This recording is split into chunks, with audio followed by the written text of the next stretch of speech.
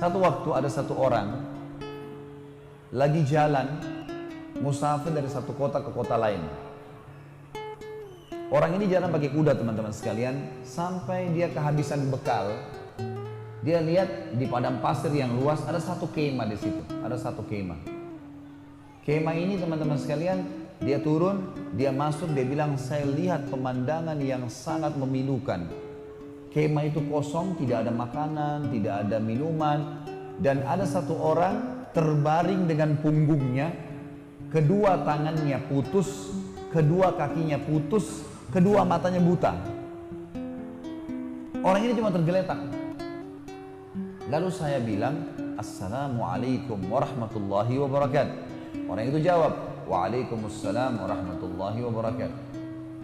Lalu kemudian saya datang mendekati dia, dan saya lalu berkata pada dia, siapa anda ini?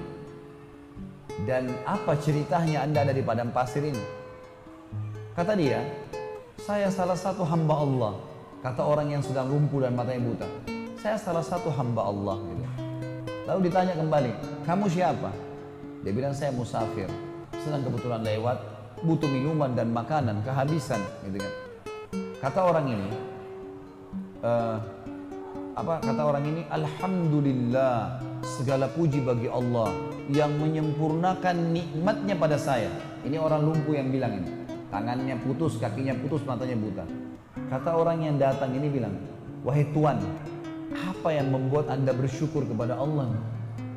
Apa yang anda syukurin? Nikmat apa yang sedang ada? Kemahnya kosong, nggak ada orang, nggak ada makanan, nggak ada, lumpuh semua.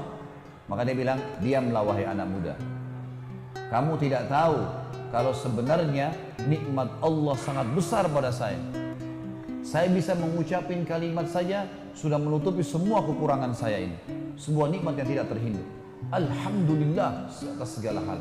Orang ini bilang, saya kagum dengan orang ini. Lalu saya bilang sama dia, baiklah, ada yang bisa saya bantu? Kata orang yang pendatang ini. Dia bilang, ada anak saya laki-laki satu-satunya, selalu nemanin saya di sini. Dia merawat saya, dia memberikan minum, dia memberikan makan, dia merawat saya lah. Sekarang sudah 3 hari nggak balik-balik. Coba kamu cari di sekitar kemah ini, siapa tahu ada. Dan memang perlu kamu tahu di padang pasir ini yang hidup cuma saya sama anak saya, nggak ada orang lain. Jadi kalau ada orang kamu lihat itu berarti anak saya. Kata dia, baik. Dia bilang, saya keluar. Nggak jauh dari kemah itu ada jenazah manusia yang lagi dikerumuni oleh singa. Lalu saya bilang, pasti ini anaknya, tapi sudah mati, lagi dicabit-cabitin dagingnya oleh singa. Lalu saya kembali, saya bingung gimana caranya menjelaskan kepada orang ini. Dia sendiri susah, hidupnya di padang pasir sendirian, lumpuh, dan anaknya dimakan singa. Lalu saya pun datang, lalu saya mengatakan, wahai saudaraku, kata orang ini, pendatang bilang sama orang yang lumpuh ini, wahai saudaraku, apakah anda mengetahui kisah Nabi Ayub? Kata orang itu, tentu saja. Apakah bisa anda ceritakan kepada saya sedikit tentang dia?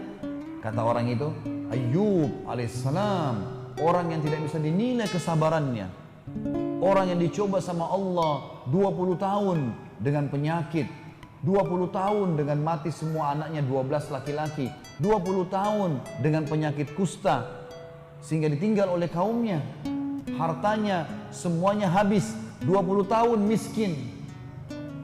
Kata orang ini, yang anda ucapkan benar, dan saya berharap anda bisa menjadi bagian kecil dari Ayub, karena anak anda, Ayub kan 12 orang laki-lakinya mati, anda satu anak laki-laki anda ini sudah mati dimakan singa.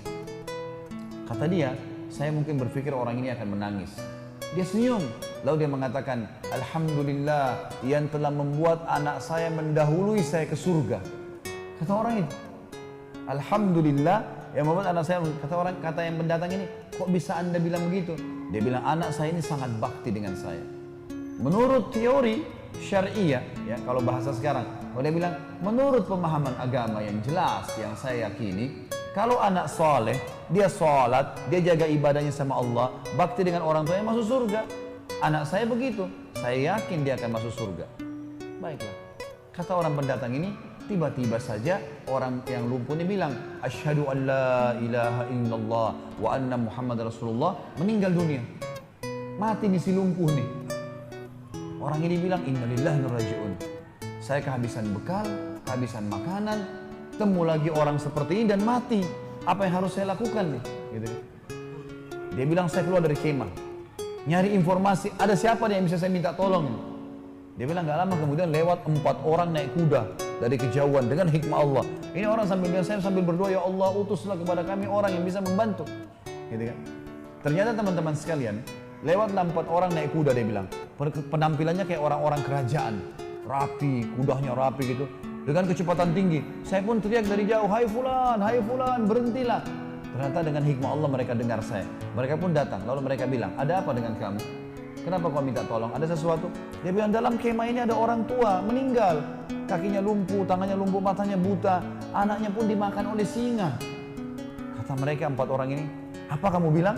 Orang buta, orang lumpuh, mana dia? 4 orang ini seakan-akan memang tahu gitu, kenal. Turun dari kudanya, katanya ada dalam kemah, saya sudah tutup dengan kain, meninggal. Maka pada saat dibuka wajahnya, 4 orang ini teman-teman mencium-ciumi jenazahnya orang lumpuh ini, sambil menangis. Orang ini tambah tidak mengerti, kenapa kalian nangis? Siapa orang ini? Gitu. Kata 4 orang itu, kau nggak kenal siapa orang ini? Dia bilang tidak. Ini Abu Kilab al-Jurumi, ini sahabat Nabi. Satu-satunya sahabat Nabi masih hidup sekarang, ini orangnya. Dia sudah lama kami cari karena disuruh oleh raja untuk jadi hakim. Dia larikan diri karena tidak mau jadi hakim. Dia sampai tinggal di padang pasir. Dan ini orangnya, ini orang terkenal dengan kesolehannya, doanya mustajab. Maka anak muda ini pun menangis sambil mengatakan, Alhamdulillah yang telah mempertemukan saya dengan orang soleh ini, sehingga saya bisa melihat salah satu sahabat Nabi SAW, dan akhirnya saya bisa belajar dari dia. Tapi pelajaran kita teman-teman, bagaimana Abu Kilabah dengan kenal Tuhannya, tahu kalau cobaan dunia hanya di dunia. Kalau ada orang lahir di muka bumi teman-teman, sebagai orang beriman harus yakin ini ya. Lahir matanya buta, tangannya dua-dua putus, kakinya dua-dua putus pun, lumpuh total, lahir di muka bumi. Ini hanya sifatnya duniawi. Pada saat dibangkitkan hari kiamat nanti, karena jasadnya akan dimakan oleh tanah, dibangkitkan hari kiamat, nggak ada lumpuh, nggak ada cacat, fisik baru. Kata Nabi SAW, semua manusia akan dibangkitkan pada hari kiamat, laki-lakinya seperti poster Adam, 60 siku ke langit, 27,5 meter, dan semua perempuan seperti ibunya Hawa, 40 siku ke langit, 17,5 meter. Gak ada lagi pendek-pendek, gak ada lagi orang yang ya cacat, semuanya sembuh. Dan subhanallah, sebagian dokter mengadakan penelitian juga, kalau ada orang kena kanker, kena tumor, penyakit yang parah, begitu meninggal, jenazahnya itu pernah dicek, diperiksa, hilang penyakit itu. Jadi hanya sifatnya duniawi, di jasadnya itu sudah tidak ada penyakit itu, hilang bersama dengan ruhnya keluar. Jadi teman-teman, orang beriman tahu, yang membuat Abu Kilabah bisa sabar, dia tahu ini dunia, sabarin aja. Yang penting beriman, nanti di akhirat dikasih semuanya, aman. Bagaimana manfaatnya orang yang kenal Tuhannya?